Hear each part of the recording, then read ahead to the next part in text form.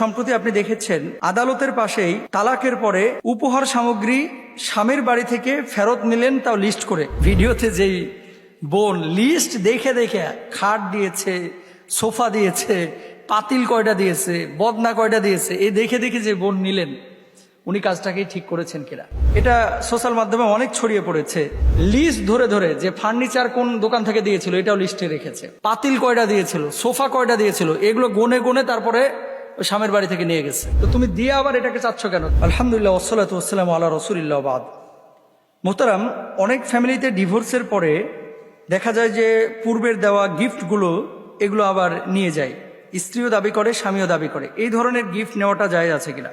তাহলে দুটো বিষয়, এক নম্বর হচ্ছে তালাকের পরে পূর্বের দেওয়া হাদিয়া বা গিফটগুলো এটা নিতে পারবে কিনা, আর দুই নম্বর আরটিভিতে যেটা নিউজ করেছে, এটা সোশ্যাল মাধ্যমে অনেক ছড়িয়ে পড়েছে। লিস্ট ধরে ধরে যে ফার্নিচার কোন দোকান থেকে দিয়েছিল এটাও লিস্টে রেখেছে, পাতিল কয়টা দিয়েছিল, সোফা কয়টা দিয়েছিল, এগুলো গনে গনে তারপরে স্বামীর বাড়ি থেকে নিয়ে গেছে। এখানে দুটো বিষয়।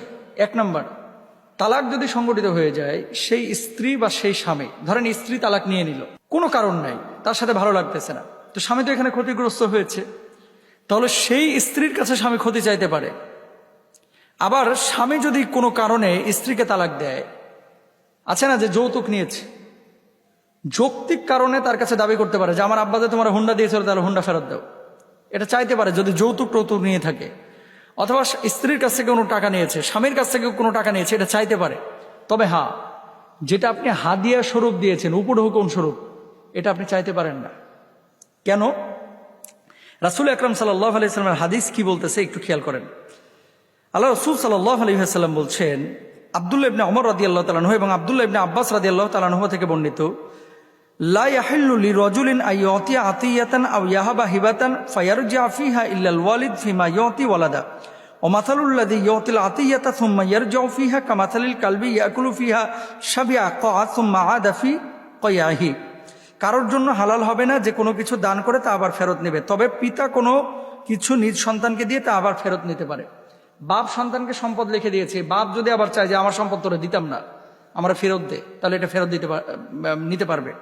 তারপরে যে ব্যক্তি কোনো কিছু দান করে তা আবার ফেরত নেয়, তার দৃষ্টান্ত সেই কুকুরের মতো। নাউজুবিল্লাহ, আল্লাহ নবী বলছে কোনো কিছু গিফট করে আবার ফেরত যদি কেউ নেয়, তার দৃষ্টান্ত হচ্ছে সেই কুকুরের মতো, যেই কুকুর খাবার খেয়ে কুকুর বমি করে ওই বমি আবার খাচ্ছে।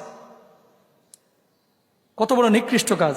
ফ্রেন্ডদের মধ্যে এরকম কিছু ফ্রেন্ড পাবেন, দেখবেন যতদিন ভালো ছিল হোটেলে নিয়ে যে খাওয়াইছে, ভালো আচার আচরণ করেছে, হঠাৎ বন্ধুর সাথে রাগারাগি, আমার জিনিস আমারও ফেরত দে। আর মিয়া, তুমি তো দিয়েছো তারে, যখন দিয়েছো তখন কেন ফিসাবিলিল্লাহ দিয়েছো, হাদিয়া দিয়েছো সুন্নাত হিসাবে, সওয়াবের নিয়তে, তো তুমি দিয়ে আবার এটাকে চাচ্ছ কেন? তার মানে তুমি ওই কুকুরের মতো, যে কুকুর বমি করে ওই বমি আবার চাইটিয়া খাইছে। আচ্ছা, এখন কথা হচ্ছে, ভিডিওতে যেই বোন লিস্ট দেখে দেখে খাট দিয়েছে, সোফা দিয়েছে, পাতিল কয়টা দিয়েছে, বদনা কয়টা দিয়েছে, এই দেখে দেখে যে বোন নিলেন, উনি কাজটাকেই ঠিক করেছেন কিনা। এখন ওই বোন জানেন যে এটা আসলে ওই শ্বশুর বাড়ি থেকে যৌতুক স্বরূপ নিয়েছিল নাকি উপঢৌকন স্বরূপ দেওয়া হয়েছিল। যদি উপঢৌকন স্বরূপ দেওয়া হয়ে থাকে তাহলে এটা নেওয়াটা অনুচিত হয়েছে, আর যদি যৌতুক স্বরূপ তারা নিয়ে থাকে তাহলে এটা নেওয়াটা তার ঠিকই আছে। স্ত্রীকে অনেক সময় গহনা দেয়, মোহরানা দেয়, বিয়ের সময় তালাক হয়ে গেছে মানে বিয়ের পরে আবার এই মোহরানার টাকা দাবি করে। না না না না, বিয়ের পরে যখন আপনি স্ত্রীকে ব্যবহার করেছেন, এরপরে মোহরানার টাকা যদি তালাক হয়েও যায় আপনি নিতে পারবেন না। কেন নিতে পারবেন না? এটাকে বলা হয় নারীদের বিশেষ অঙ্গের উপর আপনি মালিকানা সাবেত হয়েছে আপনার। কেন? এই মোহরানাটা দেওয়ার কারণে। আল্লাহ তাআলা বলেছেন স্ত্রীদেরকে মোহরানা দিয়ে ঘরের মধ্যে তোমরা নিয়ে আসো। তো আপনি যে মোহরানাটা দিয়েছেন, মোহরানা দেওয়ার পরে স্ত্রীকে আপনি ভোগ করেছেন, এই জন্য এটা ক্রস ম্যাচিং হয়ে গেছে, মানে আপনি এখানে আর কোনো কিছু দাবি করতে পারবেন না, চাইতে পারবেন না।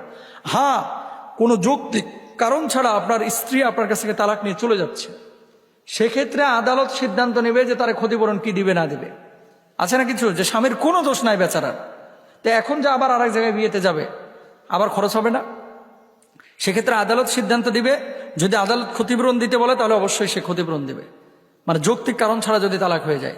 তবে ইসলামী শরিয়ায় উপঢৌকন দিয়ে বা উপহার দিয়ে এটাকে আবার ফেরত নেওয়া, এটা ইসলাম পছন্দ করে না।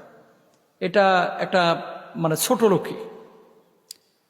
এরপরে বলা হচ্ছে দেখেন, জুদ ওয়ালা তামনুন ফাইন্নাল ফাইদাতা আইদাতুন।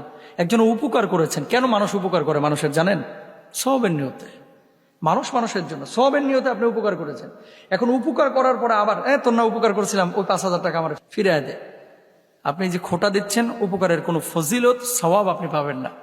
এই জন্য হাদিয়া দিয়ে উপকার করে কখনো এটাকে ফেরত নেওয়া অথবা ফিডব্যাক নেওয়া, এগুলো কখনো চিন্তা করবেন না। আল্লাহ আমাদের বোঝার তৌফিক দান করুন। আসসালামু